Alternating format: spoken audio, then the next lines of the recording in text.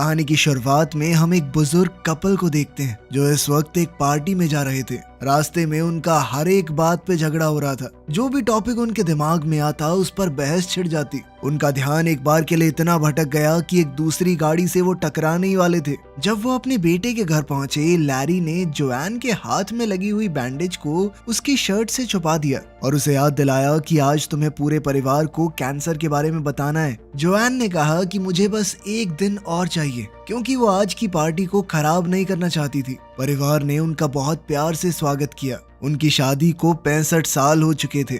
उन्होंने जोएन को बताया कि बेसमेंट में उसकी पुरानी फोटोज का एक डब्बा मिला है। उनमें से एक फोटो जोएन की पहली शादी की है, जो कि लूक नाम के एक आदमी के साथ थी जो युद्ध में मारा गया। इसी बीच लैरी के गले में अचानक से कुछ अटक गया। उसे सांस लेने में दिक्कत होने लगी। वो जमीन पर गिर गया। कुछ सेकंडों बाद ही लैरी की अचानक से आंख खुली। वो चौंक कर एक ट्रेन में उठा। जब ट्रेन स्टेशन पर रुकी तो लैरी ने देखा कि बहुत सारे लोग हॉस्पिटल के कपड़े पहने हुए हैं। वो उनके पीछे चला और जल्दी ही जंक्शन में पहुंच गया। वहाँ लोग अजीबोगरीब बातें बोल रहे थे जो उसे समझ नहीं आ रही थी। लैरी ने रिसेप्शन पर खड़ी लड़की से कहा कि मुझे यहाँ पर किडनैप करके लाया गया है, लेकिन रिसेप्शनिस्ट ने कहा कि ऐसा कुछ नहीं हुआ है, आप यहाँ बैठकर अपने एसी का वेट कीजिए। कुछ घंटे बाद भीड़ कम हो गई और लैरी कुर्सियों पर ही सो गया था। तब एना आई और लैरी का नाम पुकारा। उसने बताया कि मैं तुम्हारी एसी हूँ, मतलब आफ्टर लाइफ कोऑर्डिनेटर। इसका मतलब साफ था कि लैरी मर चुका है और अब एना का काम है उसे सही जगह पर पहुंचाना। लैरी अभी भी इस बात को समझ नहीं पा रहा था कि वो मर चुका है।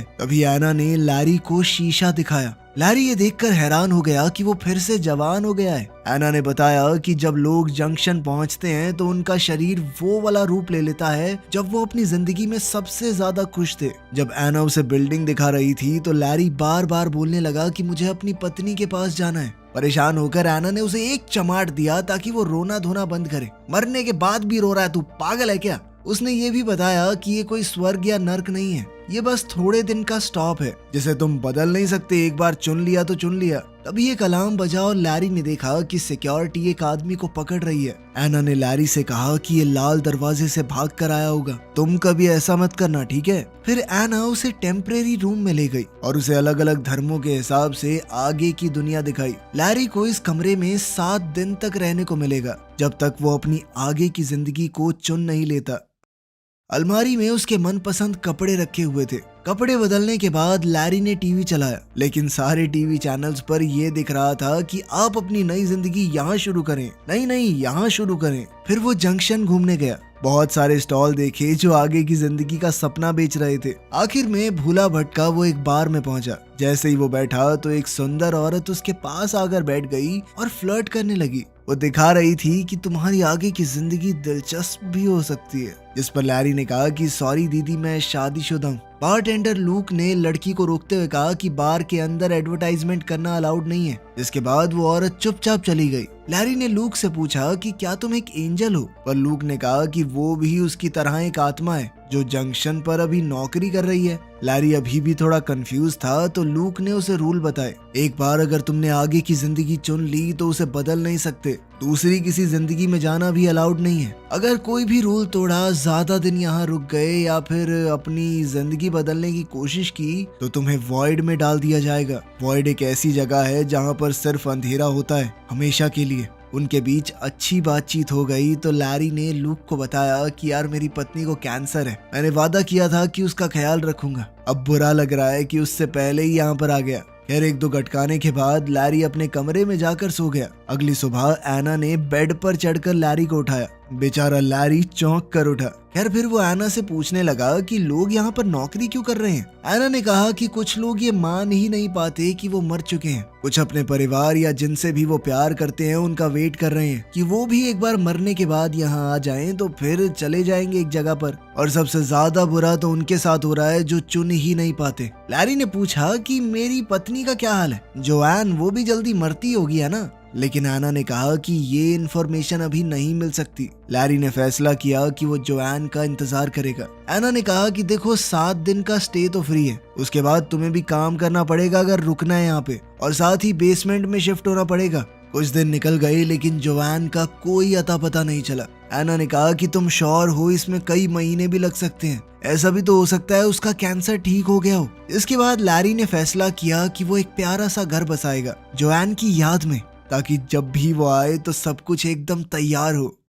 उस रात लैरी ने अपनी पत्नी के लिए एक चिट्ठी लिखी। उसी वक्त कैंसर से जोआन मर गई और वो भी ट्रेन में उठी। अगली सुबह एना लैरी को उसकी नई जिंदगी की तरफ ले जा रही थी। लैरी ने एना को चिट्ठी देकर कहा कि जोआन को दे देना, लेकिन एना ने कहा कि ये रूल्स के खिलाफ है, अगर हो पाया तो कर दूंगी, पक्का नहीं कह सकती। लैरी अब स्टेशन की तरफ गया जबकि जोआन ट्रेन से उतर रही थी। एस्केलेटर पर लैरी ने अपनी पत्नी को देखा, लेकिन जोआन ने उस पर ध्यान नहीं दिया। बेचैन होकर बेचारा लैरी भी वापस हो लिया। वहाँ जोआन शीशे में अपना जवान चेहरा देख रही थी। दोनों मिले और प्यार से गले लगे। जोआन पहले ही समझ गई थी कि वो मर चुकी है। उसने लैरी को डांटना शुरू कर दिया कि इस तरह से कौन मरता है, बेवकूफ हो गया, ध्यान से नहीं खा सकते। तभी वहाँ रायन आया जो कि जोआन का आफ्टर लाइफ कोऑर्डिनेटर है। वो जोआन को लैरी से अलग करके उसके पहले पति लूक के पास ले गया, जो बेचारा 67 साल से उसका इंतजार कर रहा था। जोआन लूक को देखकर बहुत इमोशनल हो गई। तभी लैरी बीच में कूद पड़ा। अरे कुछ नहीं होता,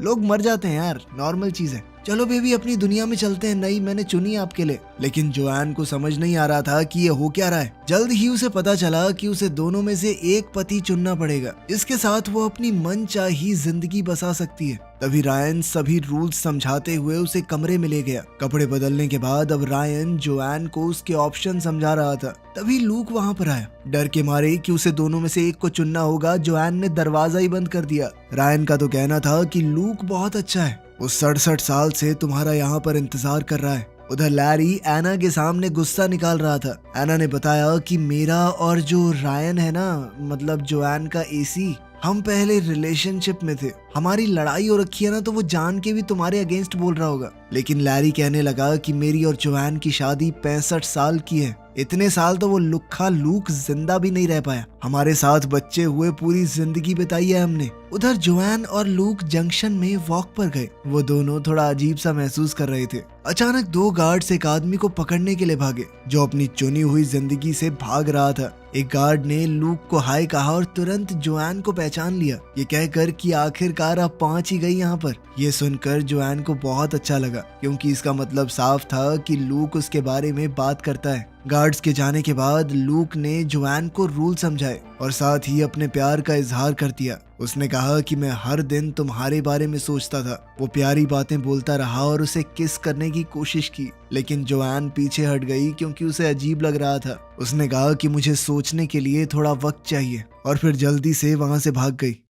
कुछ ही मिनटों बाद लैरी जोआन के कमरे में घुस गया, बहुत सारे आगे की जिंदगी के ऑप्शन लेकर। जोआन घबरा गई और लैरी पर चिल्लाने लगी। उसने उसे भी वही जवाब दिया कि मुझे अभी थोड़ा वक्त चाहिए सोचने के लिए। वो कहने लगी कि पिछले कुछ दिन मेरे बहुत भारी थे, तुम्हारी मौत के बाद पता है मेरी बेस्ट फ्रेंड की भी मौत हो गई। इस बात से लैरी थोड़ा खुश हुआ, क्योंकि वो वैसे भी उसे खास पसंद नहीं थी। लैरी को याद आया कि स्क्वाट करने से जोआन हमेशा शांत हो जाती थी। बुजुर्ग होने के बाद से जोआन स्क्वाट नहीं कर पा रही थी, इसीलिए अब जवान होकर दोबारा से शरीर में ताकत महसूस करके उसे बहुत अच्छा लगा। उधर लैरी फिर से कुछ खा रहा था और उसका गले में दोबारा से खाना अटक गया। इस बात से जोआन अचानक घबरा गई, लेकिन लैरी हंसने लगा कि मर तो चुका हूँ, मजाक कर रहा था मैं बस। इसके बाद लैरी आराम से बेड पे लेट के रिलैक्स करने लगा, लेकिन जोआन ने उसे लात मार के बाहर निकाल दिया, जिसके बाद उस बेचारे को अपने बेसमेंट वाले कमरे में जाना पड़ा। लेकिन वापस जाते हुए लैरी ने एक बोर्ड देखा, जिसके ऊपर मरे हुए सिंगर डीन मार्टिन के शो का प्रमोशन था। जोआन को वो सिंगर बहुत ज्यादा पसंद है, इसलिए लैरी ने एना से शो अरेंज करने को कहा। जब लैरी अपने नए रूम में पहुंचा तो ये देखकर चौंक गया कि कितना छोटा कमरा दिया है उसे। अगली सुबह लैरी जोआन को वेटिंग एरिया में ले गया। वहाँ एना उस सिंगर को गाने के लिए ले आई और खुद पियानो बजा रही थी, लेकिन वो आदमी अजीबोगरीब बर्ताव करने लगा, सीढ़ियों से भी गिर गया। तब उन्हें समझ आया कि ये कोई असली डीन मार्टिन नहीं है, कोई बहरूपिया है, मरने के बाद भी नकल कर रहा है। कितना गंदा आदमी है ये। लूक तुरंत उसके पास आया, उसे खींचकर अपने साथ ले गया और एक मुक्का दे मारा। फिर रायन की मदद से लूक ने जोआन को फूल देने की कोशिश की, लेकिन लैरी ने फिर से बीच में बोलना शुरू कर दिया, ये चीटिंग है, फूल फाल कैसे दे रहा तू, मैं दे रहा हूँ कोई गिफ्ट। दोनों आदमी फिर से झगड़ा करने लगे। और अब जोआन को बहुत ज्यादा गुस्सा आ रहा था तो उसने चिल्लाकर दोनों को चुप करवा दिया। इसके बाद जोआन एना और रायन को अपने कमरे में ले गई और उन दोनों पर काफी देर तक अपना गुस्सा निकाला। फिर उसने चिढ़कर कहा कि कोई तो रास्ता निकालो, ऐसे कैसे फैसला लूं मैं। कोऑर्डिनेटर्स ने रूल तोड़ने के लिए एक लंबी फोन कॉल की। कुछ देर बाद जोआन अपने दोनों पतियों को रूम में ले आई। कोऑर्डिनेटर्स ने बताया कि तुम्हारा केस थोड़ा सा खास है, इस वजह से हमें एक स्पेशल वीजा मिला है। जोआन को 2 बार चुनने की इजाजत मिलेगी। एक बार के लिए वो लैरी के साथ अपनी जिंदगी जाकर देख सकती है और एक बार लूक के साथ। उसके बाद उसे फैसला करना ही होगा। दोनों लड़के फिर से झगड़ा करने लगे कि पहले कौन जाएगा और उनके बीच में हाथापाई होने लगी। इसलिए जोआन फिर से चिल्ला पड़ी। उसने कहा कि पहले कौन जाएगा ये हम टॉस करके पता लगाएंगे। फिर से बहस शुरू हो गई। इस बार रायन ने दोनों को रोका। लैरी ने सिक्का उछाला और लूक जीत गया। ट्रेन राइड के दौरान लूक और जोआन पुराने दिन याद करते रहे। जल्द ही वो एक खूबसूरत पहाड़ पर पहुंचे जहां साफ आसमान और हरा भरा जंगल है। घूमते हुए दोनों ने बहुत मजे किए एक दूसरे का हाथ थामकर। शाम को रेस्टोरेंट में डिनर हुआ। जोआन बार बार अपने बच्चों और पोता पोतियों के बारे में बात कर रही थी, जिससे लूक थोड़ा अनकंफर्टेबल हो गया। लूक ने कहा कि मुझे बुरा नहीं लगा, बस ये सोचकर थोड़ा दुख होता है कि तुम्हें ये जिंदगी मैं नहीं दे पाया। पर उसे इस बात की खुशी है कि जोआन ने एक अच्छी जिंदगी जी। जोआन ने कहा कि मैंने कुछ वक्त तक तुम्हारा इंतजार किया था, पर फिर क्या करती, तुम चले गए थे। मरने के बाद कोई लौट कर थोड़ी आता है। फिर लूक जोआन को एक जगह पर ले गया जिसे आर्काइव्स कहते हैं। ये यहाँ पर हर चुनी हुई जिंदगी में होती है, जहाँ आत्माएं अपनी जिंदगी की यादें दोबारा देख सकती हैं। दोनों ने अपने रिश्ते के सारे जरूरी पल देखे। वो पहली मुलाकात, पहली बार एक दूसरे को चूमना, शादी का दिन और जंग पर जाने से पहले का वो आखिरी वादा। जोआन ने आखिरकार फिर से लूक को चूम लिया। उसने बताया कि मैं टूट गई थी तुम्हारे मरने के बाद। यादें आगे चलती रही और लूक ने देखा कि कैसे लैरी ने जोआन को प्रपोज किया। ये देखकर लूक गुस्से में बिल्डिंग से बाहर निकल गया। उसने कहा कि लैरी ने एक दुखी औरत की फीलिंग्स का फायदा उठाया है, मौका देखकर चौका मारा है उसने। जोआन ने समझाने की कोशिश की कि ऐसा कुछ नहीं है, लेकिन लूक ने नहीं सुना। इसी बीच लैरी भड़क रहा था, क्योंकि लूक सबको बताता था कि मैं जंग में मारा गया लड़ते हुए दुश्मन से। अब इस तरह वो खुद को हीरो दिखाएगा तो कोई कैसे लड़े। लैरी को डर था कि कहीं जोआन उसे न चुन ले। इस पर एना ने कहा कि जोआन को याद दिलाना कि वो उससे प्यार क्यों करती थी। लैरी ने कहा कि मुझे तो खुद भी नहीं पता वो क्यों प्यार करती थी मुझसे, लेकिन मैं एक इंसान को जानता हूँ जो शायद बता सकती है। कुछ देर बाद लैरी जोआन की बेस्ट फ्रेंड कैरन से मिला, जो काफी बूढ़ी लग रही थी। कैरन ने बताया कि उसके सबसे ज्यादा खुश दिन तब आए जब उसका पति मर गया, क्योंकि तभी वो खुलकर अपनी जिंदगी जी पाई। खैर, कैरन ने बताया कि मुझे तुम शुरुआत में बिल्कुल पसंद नहीं थे, पर धीरे धीरे अच्छे लगने लगे। लैरी ने पूछा कि मुझे घंटा फर्क नहीं पड़ता, तुम बताओ कि जोआन मुझे क्यों पसंद करती है। कैरन ने कहा कि मुझे क्या पता, लेकिन इतना जरूर कह सकती हूँ कि तुमने जोआन को बहुत खुश रखा है। इसके बाद लैरी लूक के कमरे में गया कोई राज ढूंढने के लिए। दीवारों पर निशान है जो दिखाते हैं कि लूक अपनी मौत के बाद हर एक दिन गिन रहा था और अपनी किताब में वो जोआन की ड्राइंग्स बना रहा था। तभी लूक वहां आ गया और लैरी पर चिल्लाने लगा कि तूने जोआन के साथ गलत किया है। जब वो दुखी थी तो तूने मौके पर चौका मारा है। दोनों बेकार सी लड़ाई में उलझ गए। इसी धक्का मुक्की में लैरी का लेटर उसकी जेब से गिर गया। अब लूक कहने लगा कि जहां पर तुमने प्रपोज किया उस जगह को मैं और जोआन अपनी खास जगह मानते थे, तो सीधी सी बात है जोआन वहां पर मेरे जाने के बाद अकेला महसूस करेगी। तूने उसी चीज का फायदा उठा के पटा लिया उसे। अगले दिन लैरी जोआन को एक दूसरी जिंदगी दिखाने बीच पर ले गया। वो जिंदगी काफी पॉपुलर थी, तो बहुत सारे लोग थे वहां पर। वो दोनों बातें करने लगे और एक दूसरे को चूमने ही वाले थे कि तभी एक लड़के ने बॉल से लैरी को मार दिया और फिर मूड खराब करने के लिए कहने लगा, तुम्हें पता है मैं कैसे मरा। खैर, बाद में दोनों समुद्र में अपनी बोट लेकर गए। लैरी ने जोआन से माफी मांगी कि तुम्हारी मौत के वक्त मैं साथ नहीं था। साथ ही वो इस तरह की बातें मारने लगा कि हमारे बच्चे हमें साथ देखते तो कितने खुश होते। इस पर जोआन कहने लगी कि तुम मेरा दिमाग बदलने की कोशिश कर रहा है ना, चालाक कहीं के, बच्चों की बात किसको बता रहा है। और उनके बीच में फिर से झगड़ा हो गया। अब जोआन कहने लगी कि तुम समझ नहीं पा रहे मेरी सिचुएशन। मैंने अलग अलग वक्त पर तुम दोनों से ही प्यार किया है। तुम दोनों के साथ सारी जिंदगी रहने की कसमें खाई हैं। इस पर लैरी कहने लगा कि अगर मैं लूक की जगह होता तो मैं भी तुम्हारा इंतजार करता। वापस आकर जोआन ने लैरी के साथ अपनी बीती यादें देखना चाहा, पर लैरी ने मना कर दिया। उसका कहना था कि यादों में इंसान खुद को खो सकता है। वो जोआन को इससे बचाना चाहता था। जोआन को लगा कि लैरी डर रहा है कि पता नहीं क्या निकल आएगा। खैर दोनों किनारे पर बैठकर अपनी पहली डेट की बात करने लगे। लैरी ने कहा कि मैं बस तुम्हें हमेशा एक बेहतर जिंदगी देना चाहता था। उधर जंक्शन में लूक को लैरी का वो लेटर मिल गया। उधर जोआन और लैरी अपनी डेट से वापस आए, एक दूसरे को चूमा तो लैरी ने कहा कि मुझे फर्क नहीं पड़ता हम कहाँ पर जाते हैं, बस साथ होने चाहिए। तभी लूक ने लैरी का वो लेटर जोआन को दे दिया। ये पढ़कर जोआन को पता चला कि लैरी तो लगभग चला गया था, बस उसने जाते वक्त उसे देख लिया तो रुक गया। फिर उनके बीच एक और झगड़ा शुरू हो गया। जोआन ने लैरी को सेल्फिश कहकर पुकारा। इस पर लैरी ने कहा तो मैं भी तो तेरी सेकंड चॉइस था, और ये लुक्खा लूक, इसने भी बहुत सारी आत्माओं के साथ गुलू गुलू किए। इस पर लूक गुस्से में चिल्लाया कि 67 सालों में 2-4 आत्माओं के साथ गुलू गुलू कर ली तो क्या हुआ, इंतजार तो मैं जोआन का ही कर रहा था ना, आखिर आत्मा की भी कोई नीड्स होती हैं। अब दोनों कहने लगे कि एक बार चुन लो, बस हमें नहीं पता। लेकिन अभी जोआन को और वक्त चाहिए था, इसलिए कोऑर्डिनेटर्स दोनों आत्माओं को वहां से ले गए। कैरन थोड़ी देर बाद जोआन के पास एक ड्रिंक लेकर आई और तब जोआन फूट फूट कर रोने लगी। कैरन ने उसे संभाला और उसका ध्यान भटकाने के लिए अलग अलग फन बूथ्स पर लेकर गई। जोआन शराब पीते हुए अपनी हालत बताती रही। तब कैरन ने उसे याद दिलाया कि तुम मर चुकी हो। याद है शादी के बाद क्या बोलते हैं कि मैं तुम्हारा साथ दूंगी जब तक मौत हमें जुदा न कर दे। मौत ने जुदा कर तो दिया, इतना क्या सोच रही है, अपने हिसाब से जी अपनी जिंदगी को। उधर बार में लैरी और लूक भी काफी ज्यादा पी रहे थे। 4-4 पैग लगाने के बाद उन दोनों के बीच में भी बॉन्ड बनने लगा। वो एक दूसरे की तारीफ करते हुए कहने लगी कि वो लड़की हमारे लायक नहीं है भाई, हम दोनों बहुत बढ़िया इंसान है यार। अगली सुबह जोआन हैंगओवर में पड़ी थी, लेकिन उसने फैसला बना लिया था। उसने अपने दोनों पतियों को बुलाया और कहा कि मैं बहुत खुशकिस्मत हूँ कि तुम दोनों के साथ जिंदगी बिता पाई, लेकिन अब मैं एक को चुनकर दूसरे के लिए बुरी नहीं बन सकती। मुझे हमेशा गिल्ट महसूस होता रहेगा, इसीलिए मैं तुम दोनों को ही नहीं चुनूंगी। मैं अपनी बढ़िया जिंदगी जी रही हूँ, तुम अपनी जियो। बाद में जोआन तैयार हुई और फैसला किया कि वो कैरन के साथ अपनी आगे की जिंदगी बिताएगी। दोनों दोस्त मजे करेंगे। उधर लैरी ने लूक को बताया कि तुम सही थे, मैंने उस जगह पर इसलिए प्रपोज किया था क्योंकि मैं तुम्हारी यादें जोआन के दिमाग से निकाल देना चाहता था। मर भी शायद इसलिए गया क्योंकि तुम्हारी शादी की पिक्चर देख ली थी।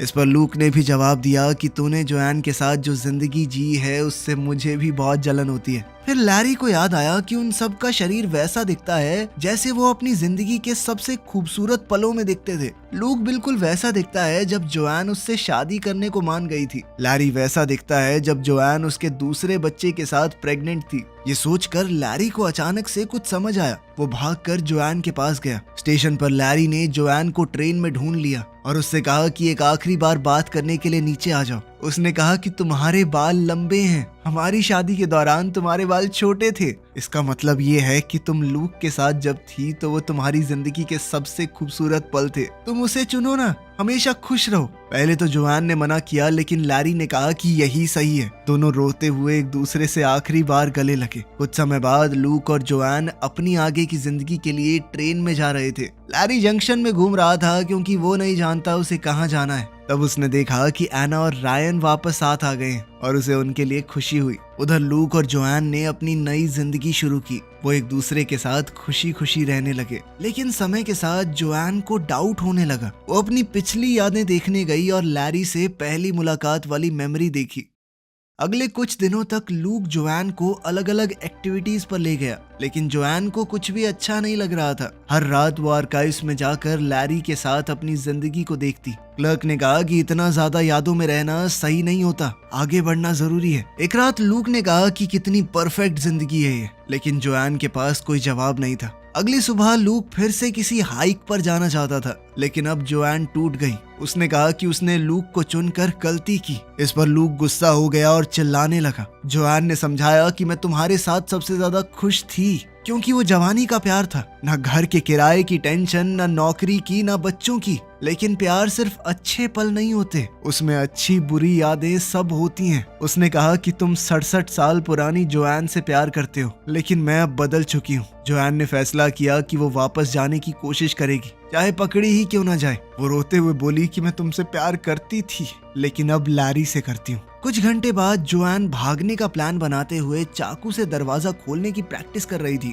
तब लूक वापस आया और कहा कि मैं तुम्हारी मदद करूंगा। दोनों आर्काइव्स में गए, वहीं पर वो लाल दरवाजा था। अब लूक क्लर्क के सामने दुखी होने का नाटक करने लगा। भाई मेरी जिंदगी बर्बाद हो गई यार, मैं बहुत परेशान हूँ। जैसे ही गार्ड का ध्यान भटका, जोआन चुपके से अंदर चली गई। लूक भी नॉर्मल क्लाइंट बन के अंदर चला गया। दोनों ने अपनी शादी की यादें देखी और एक आखिरी बार अलविदा कहा। जोआन अपनी मेमोरीज के पीछे जाकर लाल दरवाजे में घुस गई, जो उसे अपने बचपन की यादों के कॉरिडोर में ले गया। अलार्म बजने लगा और गार्ड्स आ गए। जोआन जल्दी से भागकर लूक की मौत वाली मेमोरी के दरवाजे में घुस गई। वॉशिंग मशीन के दरवाजे ने उसे लैरी के साथ झगड़े वाली मेमोरी में गिरा दिया। गार्ड्स पास आ रहे थे। जोआन ने दरवाजे को कुर्सी से ब्लॉक कर दिया और जल्दी से ऊपर भागी, जहां उसे अपना पुराना वर्जन दिखाई दिया। बूढ़ी जोआन ने मरते हुए भी लैरी का नाम लिया, जबकि हमारी जवान जोआन बेड के नीचे छुपने की कोशिश करने लगी। गार्ड्स उसके पीछे थे, लेकिन जोआन अब रेंगती हुई ट्रेन ट्रैक्स पर पहुंच गई। टनल से होते हुए वो जंक्शन में वापस पहुंच गई। रिसेप्शन पर वो लैरी के बारे में पूछ रही थी, लेकिन उसी वक्त उसका वांटेड नोटिस आ गया, जिसके बाद उसे दोबारा से भागना पड़ा। बूथ एरिया में वो रायन और एना से टकरा गई। उन्होंने उसे छुपा दिया और गार्ड्स को गलत डायरेक्शन बता दी। जोआन ने पूछा कि लैरी की आगे की जिंदगी कहाँ है, और कोऑर्डिनेटर्स ने जो जवाब दिया उससे वो हैरान रह गई। लैरी को तो जोआन के बिना कोई जिंदगी चाहिए ही नहीं थी। अब वो भागकर जल्दी से लैरी के पास पहुंची, जो बारटेंडर का काम कर रहा था। दोनों ने एक पेग लगाया, जिसके बाद जोआन ने लैरी से कहा कि तुम मेरे साथ चलो, लेकिन मैं पहले ही बता दूं कि मैं रूल तोड़कर यहाँ पर आई हूँ, मेरे साथ फंस सकते हो। लेकिन लैरी ने बिना सोचे समझे हाँ कह दिया। कुछ पलों बाद उन दोनों ने एक ऐसी जिंदगी चुनी जो बिल्कुल उनके शादी वाले घर जैसी है, जिस मोहल्ले में उन्होंने अपनी पूरी जिंदगी बिताई थी। वीडियो पसंद आई तो लाइक कर देना, चैनल को सब्सक्राइब कर लेना। मिलते हैं अगली वीडियो में।